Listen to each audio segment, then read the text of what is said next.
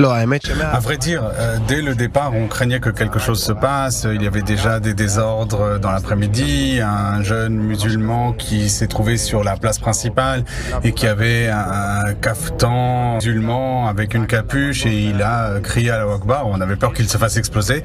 Il y a eu aussi d'autres petits incidents, moins graves. Mais quand le match a commencé, tout s'est bien passé. À la fin du match, on a été battu à plat de couture et on voulait donc rentrer à la maison parce qu'on était vraiment très déçus. On était abattus et à la sortie, il n'y avait pratiquement pas de police à la sortie du stade. Oui, ça n'a surpris parce que on s'attendait à ce que la police nous protège. C'est ça qui nous donnait un sentiment de sécurité. Il y avait plein de chauffeurs de taxi, mais qui étaient tous musulmans. Mais les options, c'était soit ça, soit le métro. Or, le métro était bondé.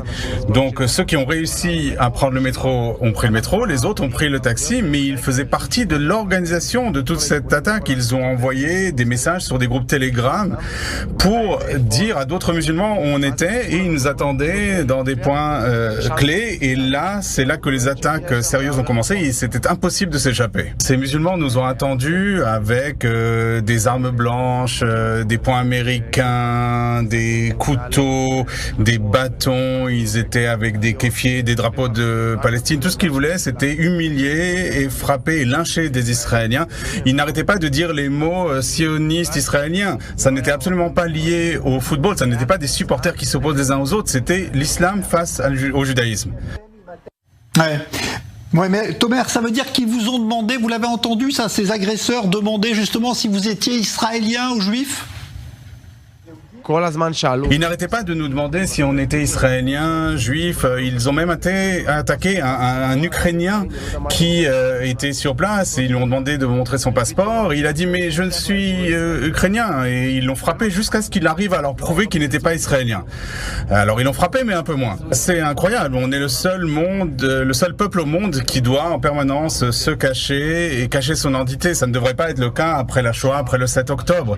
On n'arrête pas d'accuser les Israéliens. Moi, je ne connais pas d'Israéliens, de Juifs qui marchent dans la rue pour frapper des musulmans. Ici, dans ce pays où nous sommes la majorité, je n'ai jamais vu des gens marcher dans la rue pour frapper des musulmans. Mais Tomer, vous dites qu'il n'y avait pas de policiers, mais ça veut dire que personne parmi les habitants, les Hollandais d'Amsterdam ne vous est venu en aide? Personne ne nous a aidés.